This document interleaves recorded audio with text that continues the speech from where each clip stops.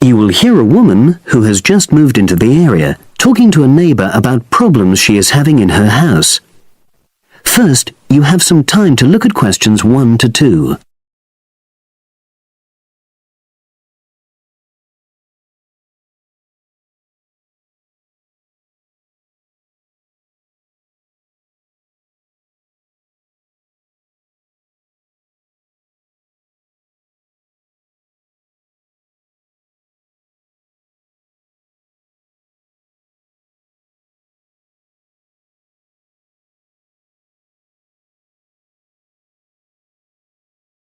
Now we shall begin. You should answer the questions as you listen, because you will not hear the recording a second time. Listen carefully and answer questions 1 to 2. Oh, hi Ruth. How are you? I'm sorry to bother you, Alistair, but I've been having some problems. Oh, come on in. What's happened? Basically, I had a leak from one of the pipes in the bathroom, and water started coming through downstairs, and the kitchen ceiling's badly stained. I've got the leak fixed temporarily, but I wasn't happy with the plumber, and I wanted to ask your advice. Of course.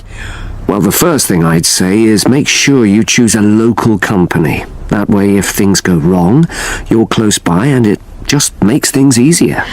Let me write this down. Right. Yes. The plumber who fixed things yesterday was from quite far away, but I chose him because his advert said he did emergency repairs. Well, fair enough. You needed something in a hurry.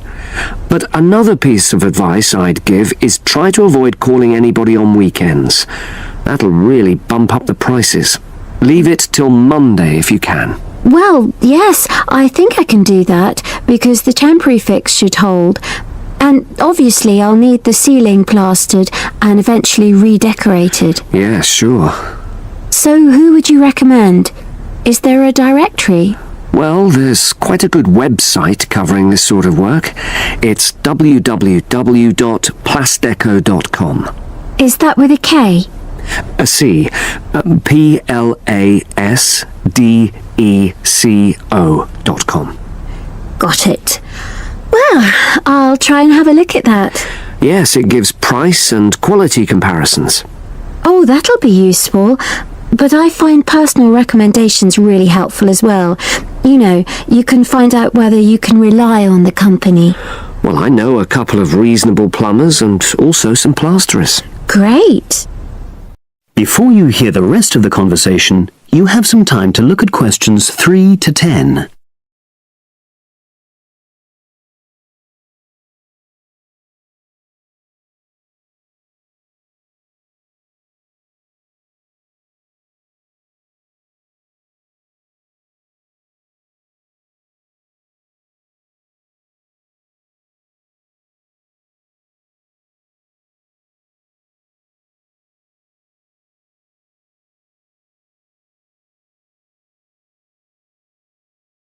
Now listen and answer questions 3 to 10.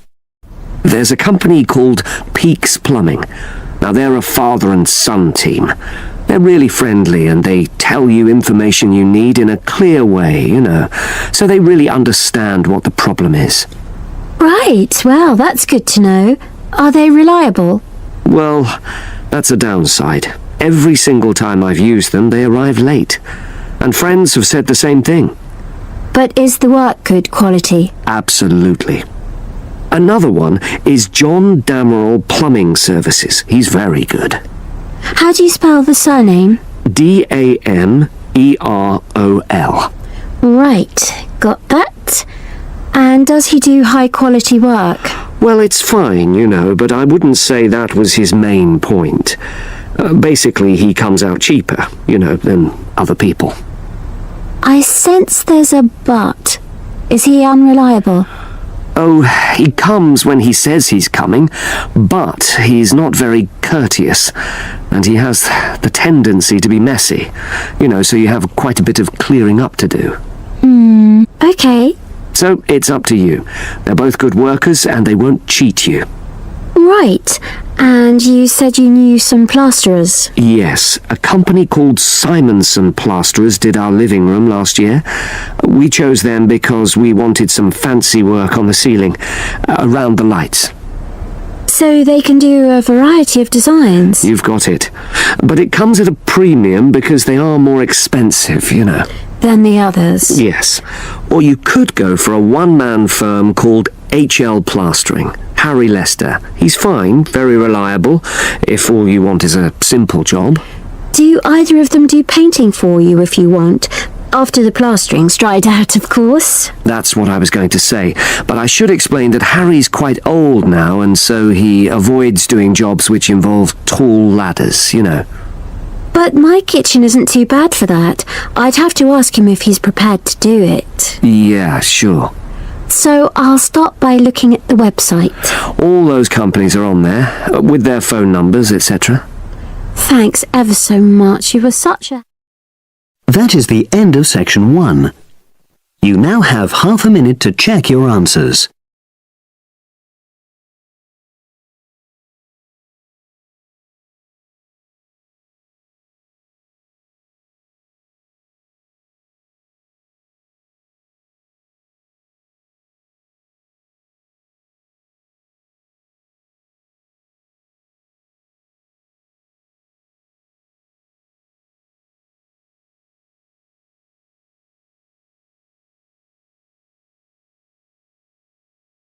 Section 2. You are going to hear a news broadcast about proposed developments in a local area and about a local college. First, look at questions 11 to 14.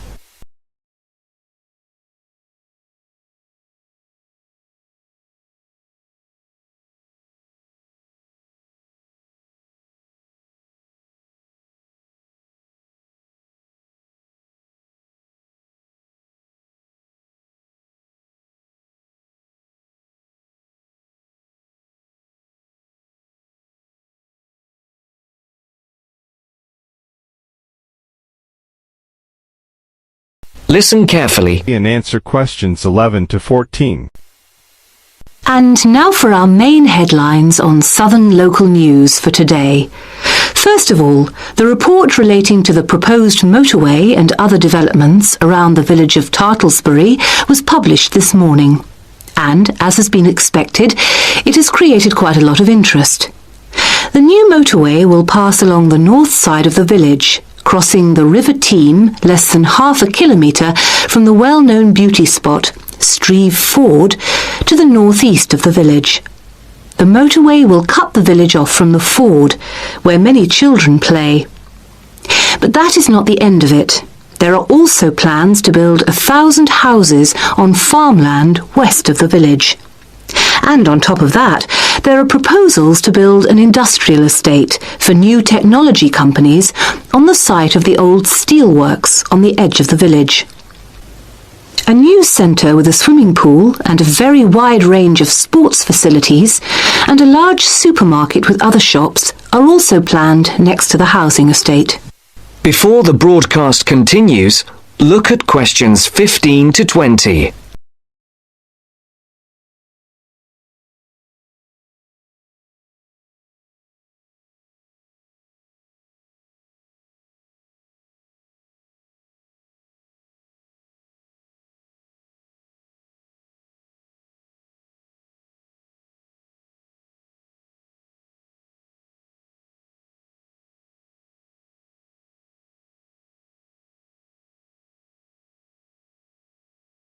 You will now listen to the second part of the talk. Listen carefully and answer questions 15 to 20. Mr. Jones, a local farmer we spoke to early today, is strongly against the plans. But the local council is pushing for them to be adopted in full.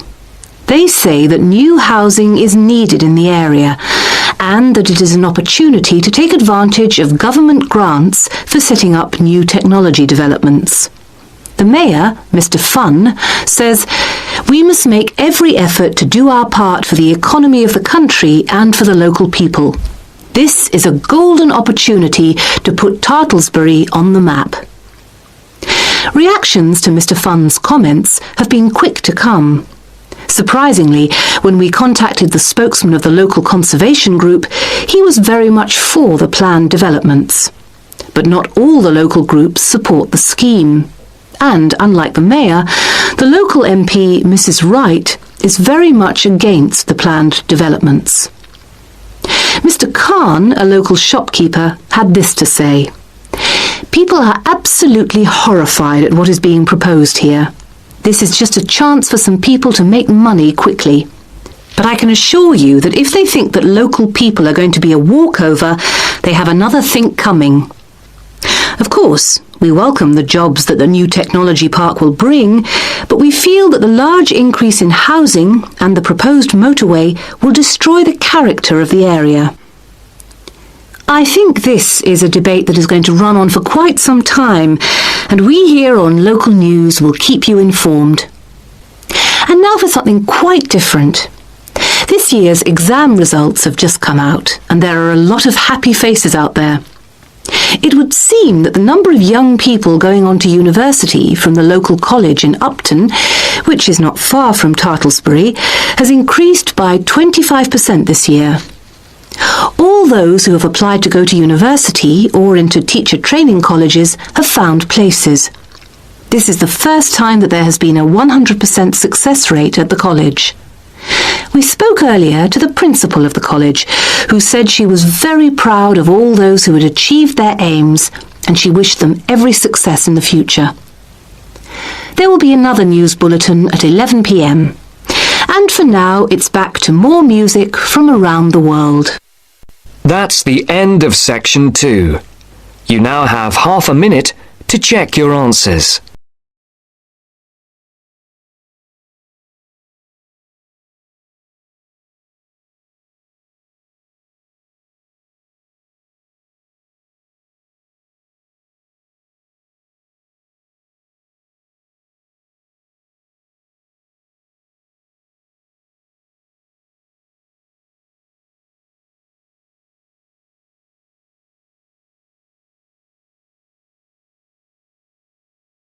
Now turn to Section 3.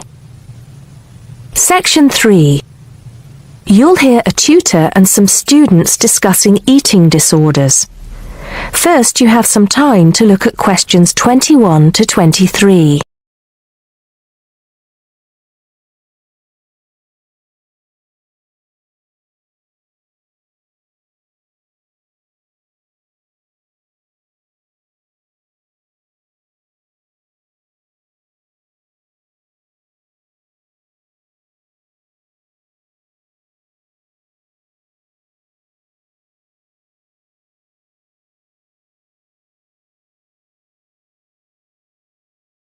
Now listen carefully and answer questions 21 to 23.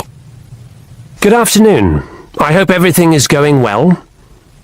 Right, we've been looking at problems some people have with eating. And today I'd like to focus on one you've probably come across in your reading. It is sometimes called binge eating disorder, or BED. As you know, I am not a particular fan of these acronyms. So I will refer to it by the alternative name, compulsive eating disorder. Has anybody heard of it? Yes, I have. In fact, I read a case study of a first-year university student who was diagnosed with it. Do you remember what the symptoms are? Well, of course, one symptom is that the person eats too much, although that's true for other eating disorders as well. They also put on weight. That's right. Whereas in some other conditions, such as bulimia, they don't, and can actually lose weight. One thing that compulsive eating disorder and bulimia have in common, though, is that the person with the condition often becomes clinically depressed.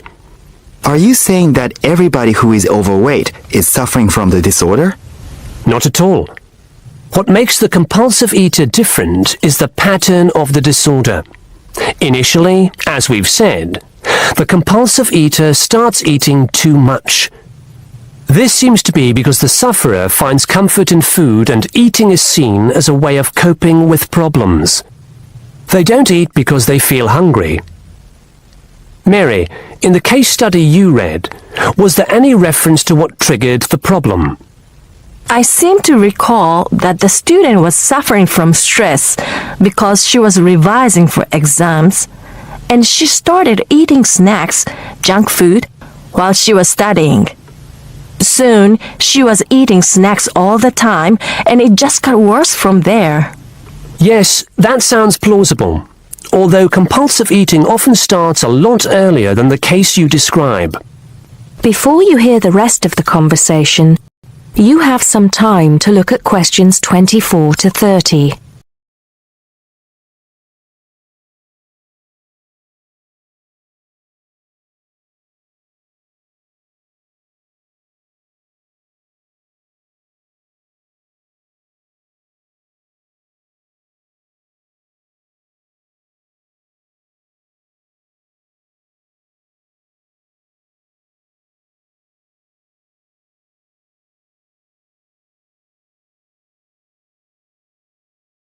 Now listen and answer questions 24 to 30. Anyway, once the condition has been triggered, often by constant snacking as you mentioned, it becomes progressively worse. Over a period of time, the sufferer loses control of their food intake. They become preoccupied with food, and the binge eating increases. Overeating blocks out negative emotions such as loneliness, worries about work, depression, and so on. But it is only a temporary effect. Apart from the physical discomfort that overeating often causes, the sufferer begins to feel embarrassed by their behavior. They then take drastic action to try to compensate. In an attempt to lose weight, compulsive eaters will try extreme diets, skipping meals, or going without any food at all for a day or more. Not a healthy way to try to lose weight, obviously. Absolutely. And of course, the person has to start eating again at some point. In other words, it becomes a vicious circle? That's right. Binge eating, extreme dieting, or attempts to lose weight by other means, and then binge eating again. What are the long-term effects of compulsive eating? As you might expect, these are similar to those for people suffering from obesity. Diabetes is frequently reported. What about treatment? The disorder can be treated, certainly. But there's always the possibility that the patient will suffer a relapse and start binging again. What does treatment involve? Medication? No. It normally involves sessions with a therapist experienced in treating eating disorders. A nutritionist will often be involved as well. Are there any self-help organizations? I mean, organizations like Alcoholics Anonymous? Yes, there are. And you might want to follow this one up for your research. One organization is called Overeaters Anonymous, and they have what they describe as a 12-step program to help people overcome the disorder.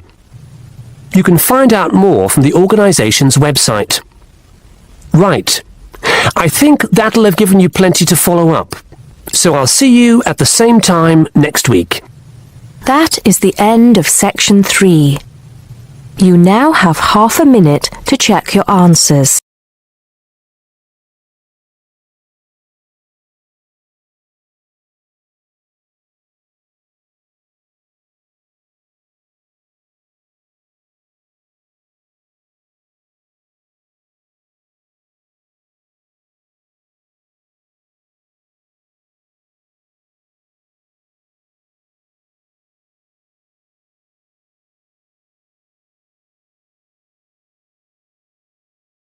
Now turn to Section 4. Section 4. You will hear a talk on local businesses at a university business centre. First, you have some time to look at questions 31 to 40.